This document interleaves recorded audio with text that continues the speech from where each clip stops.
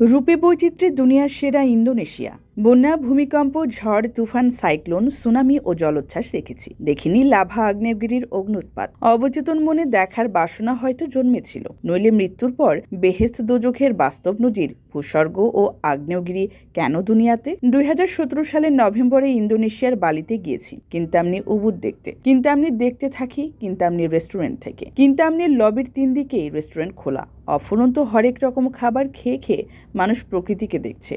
সামনে তাকাতেই বিশাল আকাশ, আকাশের নিচে কিন্তামনি পাহাড়ের ওপর কুয়াশা, কুয়াশার নিচে মাউন্ট আগুং, যার উচ্চতা 3148 মিটার। পর্বতের সামনে আছে গহীন লেক, ডানে বামে ও সামনে একই চিত্র। সুস্বাদু খাবার যেন খেতে খেতে পেট ভরেও ভরে না, চোখ যেন তৃপ্ত নয়, আরও খাই খাই ভাব। হাজার হাজার বছর আগে থেকে কিন্তামনির আগুন জ্বলন্ত আগ্নেয়গিরি। সেই আগ্নেয়গিরির উদ্গীরণে লাভা গলিত পদার্থ উপরে একটি পাশে জমা হয়ে সৃষ্টি হয়েছে কিন্তামনি আগুন পর্বত। লাভা সরে যাওয়ায় বিশাল আকারের লেক এবং এর পাশেই কিন্তামনির রেস্টুরেন্ট। প্রকৃতির নৈসর্গিক রূপ। কিন্তামনির রেস্টুরেন্টের খাবার নাকে মুখেই গিলছি। পাশেই মসজিদে জোহরের নামাজ আদায় করি। নামাজ শেষে দেখতে দেখতে হোটেলে রওনা হই। কিন্তামনি আগুন পর্বতের নিকট দিয়ে রাস্তা চলে গেছে।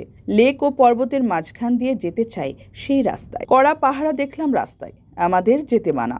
জিজ্ঞেস করতেই ড্রাইভারের চোখে মুখে বিষাদের ছাপ। শুধু বলল তাড়াতাড়ি এই জায়গা ছাড়তে হবে, আগ্নেয়গিরি ও লাভা উদ্গীরণ শুরু হতে পারে। লোকজন ও গবাদি পশুগুলোকে নিরাপদ আশ্রয় যেতে বলা হয়েছে। এই উদ্গীরণে প্রায় লক্ষাধিক লোককে স্থানান্তর করা হয়েছিল।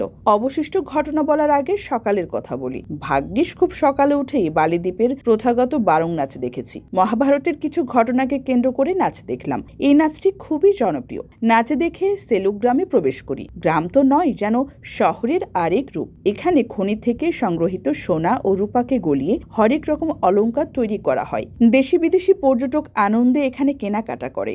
উবুদ গ্রামে হাতের কারুকার্য খচিত শিল্প সামগ্রী দেখে টাম্পাকে মন্দির দেখি। এখান থেকে বাটুর মেকানিক বেসিন কিন্তামনি প্রবেশ করি।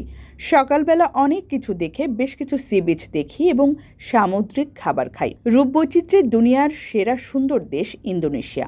17,508টি দ্বীপ নিয়ে ইন্দোনেশিয়া। প্রতিটি দ্বীপ তার নিজস্ব রূপের বাহার নিয়ে দাঁড়িয়ে আছে। বিশ্বের 700 কোটি মানুষ যেমন চেহারার আকৃতিতে রূপে গুণে একজন আরেকজনের সঙ্গে মিলে না, অনুরূপ এক দ্বীপ অন্য দ্বীপ থেকে আলাদা। চোখ ধাঁধানো দৃষ্টিনন্দন নৈসর্গিক চেহারায় দুনিয়ায় সেরা এই দেশ। ইন্দোনেশিয়া পূর্ব পশ্চিমে প্রায় 3000 মাইল লম্বা, 7,35,000 বর্গ মাইলের দেশে।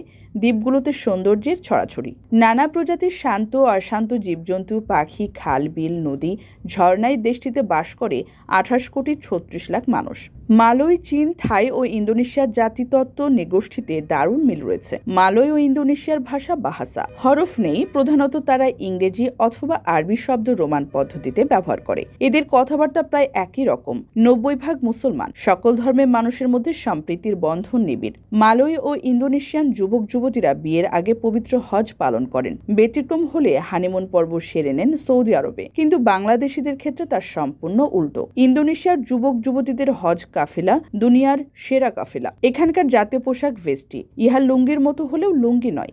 নাভি থেকে লুঙ্গির কোমরে পট্টির মতো বেল্ট, সাদা তুলা অথবা লুঙ্গি জাতীয় পোশাক। তবে লুঙ্গির সাধারণত ব্যাপক প্রচলন আছে। মহিলাদের পোশাকে শালীনতা রয়েছে। ইন্দোনেশিয়ার রাজধানী জাকার্তা অতি বড় শহর। সুন্দর সুন্দর সমুদ্র সৈকত, মন্দির, মসজিদ, প্রাচীন সংস্কৃতি দুনিয়ার মানুষের আকর্ষণ কেড়ে নিয়েছে। জাভা, সুমাত্রা, মালাকা, জাকার্তা দ্বীপগুলোতে বিশ্ব সভ্যতার নিদর্শন, সবার জন্য অনুকরণীয়। বালি দেখার আগে জাকার্তা, জলপ্রপাতের দ্বীপ লুম্বক এবং আরও ছোট কয়েকটি দ্বীপ ভ্রমণ করেছি। বালি দেখতে এসে সতর্কতা শুনে ডেনপাচার বিমানবন্দরের কাছে হোটেলে রওনা হই। পথে ফলের বাগানে থেকে ফল কিনি ও খাই। কফি চাষ বাগানে গিয়ে আক্কেল গুরুম। একটি জন্তুকে কফি বীজ খাওয়ানো হয়। 12 ঘন্টার মধ্যে পায়ুপথে কফি বীজগুলো বেরিয়ে আসে। এই বীজ দিয়ে যে কফি তৈরি হয় তাই হলো সবচাইতে দামি কফি। এই ঘটনাগুলোর পরে কফি খাওয়া বন্ধ করেছি। আল্লাহ যেন এটা জেনে মেনে চলার শক্তি বজায় রাখেন, আমিন। কিন্তামনি থেকে হোটেলে পৌঁছতেই জানতে পারি আগ্নেয়গিরির উদ্গীরণ শুরু হয়েছে। দেশের সাথে বালি বিমানবন্দরের সকল বিমান চলাচল বন্ধ ঘোষণা করা হয়েছে। হাজার হাজার মানুষের ভিড়ে বিমানবন্দরে তিল ধারণের স্থান নেই। কিন্তামনি থেকে আমাদের হোটেলের দূরত্ব 80 কিলোমিটার। আগ্নেয়গিরির এত জোরে নিচে থেকে চাপ দিচ্ছে যে আগুনের ফুলকি আমাদের হোটেলের ছাদে এসে পৌঁছেছে। ছাদ থেকে বিশাল আগুনের পর্বত, আগুনের ফুলকি দেখতে লোহার পাতের মতো মনে হয়। হাত দিয়ে ধরতেই ছাই হয়ে যায়। আমার সঙ্গে যারা যারা ছিলেন সবাই ভয়ে কম্পমান। আমি শুধু বলেছি জীবন নিয়ে পালাবার পথ তো খোলা নেই। রাতে ছাদ থেকে আগুনের ঝাপটা দেখে মনে করেছি এই আগুনের তেজ যদি এত শক্তিমান হয় তাহলে দুযোগ কেমন হবে।